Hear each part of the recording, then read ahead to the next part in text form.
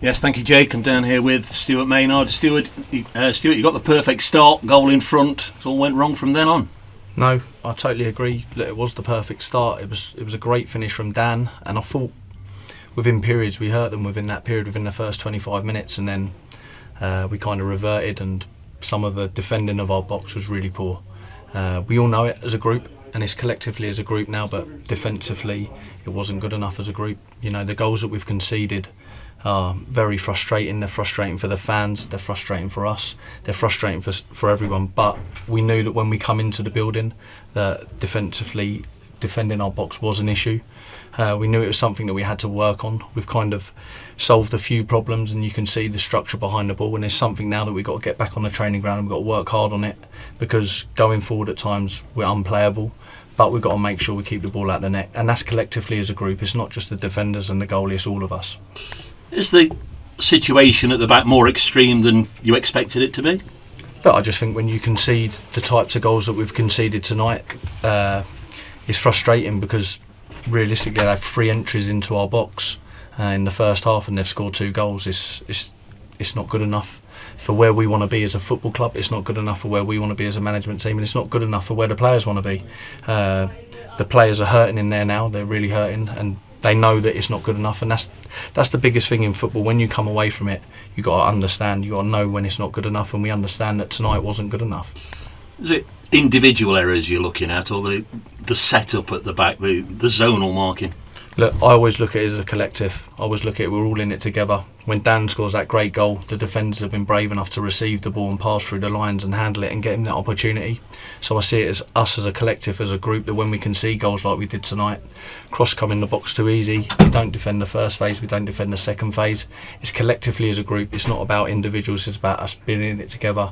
We lose together, we win together, and we draw together, but we have to make sure that now we get on the training ground, we've got to work on it.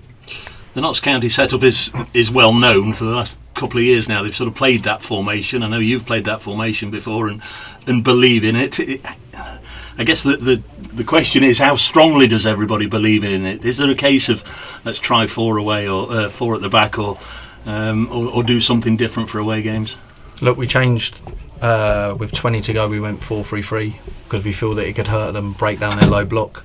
And I thought we had a little spell where we crossed some dangerous balls in the box, and we had some good efforts, but we didn't create no clear real openings.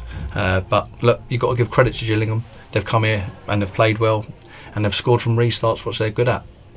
It's been I guess for the players, sort of the transformation over the start of 2024. It's been a little tricky. They've obviously had the experience of Luke leaving and Jim O'Brien taking over for a while, and then the uncertainty over who would be the head coach, and now you. Is there a little bit of perhaps mental fatigue in there, on top of the physical fatigue? No, I think that you look at this division, and if you look at the pattern of the results, even before we come in, it's a very tough division. There's no easy games, and you go in little dips where you come away with the results that we've just come away with. We've drawn 1 and we've lost 2. Now we've just got to make sure that we've got 2 big away games on the road now against Newport and Wrexham. We focus on the Newport game now, and we go again. The result this evening means Notts drop out of the playoffs for the first time in a while. So you're sort of going to be the side that's sort of knocking on the door. You've got to get yourself back in there now. Look, it's so tight. There's probably 5 or 6 teams in and around the playoffs at the minute, and the points are so tight. So we just got to make sure now we focus on the next game and see where we can pick up maximum points. And this is the aim, isn't it? Get into the playoffs or better. Look, of course it is. Look, the aim as a football club like Notts is always the aim we want to achieve. We want to try and get as high up the league as we can. We understand the situation that we're in with the types of goals that we're conceding, and I think that's been a trend all season. We just got to make sure now that we get on the training ground and we work hard on it. Junior Marias back in the 18 for the first time in quite a while this evening. That's obviously good news, an extra striker to use as and when you feel fit. No, definitely. Look, Junior's trained really well this week and he's back in the squad. We've got to make sure now we've got Saturday, Tuesday coming up. We'll see how the bodies are come Monday morning, and we'll look to pick a strong squad to go away to Newport.